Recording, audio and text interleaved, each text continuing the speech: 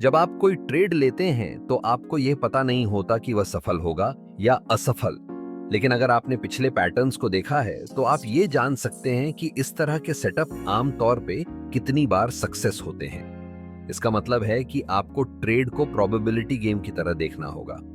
कोई भी trading system perfect नहीं होता था, लेकिन अगर मेरे सेटअप का सक्सेस रेट 60% है और मैं रिस्क रिवॉर्ड सही रखूं तो मैं लॉन्ग टर्म में मुनाफे में रहूंगा।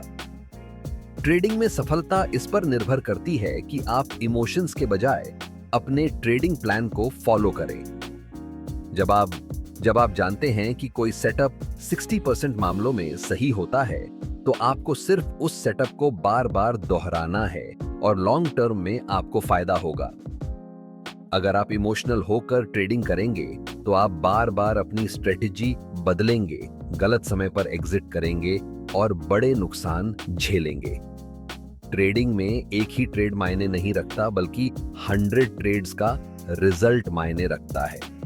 मान लीजिए आपने एक स्ट्रैटेजी बनाई, आपने इस सेटअप को 100 बार अप्लाई किया और पाया कि यह 60 बार सही था और 40 बार गलत। हर सही ट्रेड में आपको 5,000 रुपीस का प्रॉफिट हुआ और हर गलत ट्रेड में 3,000 रुपीस का लॉस हुआ।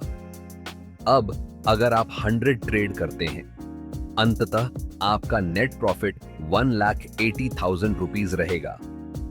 अब सोचिए, अगर आप हर हार के बाद स्ट्रैटेजी बदलते और इमोशनल होकर ट्रेड करते तो क्या आप लॉन्ग टर्म प्रॉफिट बना पाते? नहीं, क्योंकि आप अपनी स्ट्रैटेजी को कभी ठीक से टेस्ट ही नहीं कर पाते।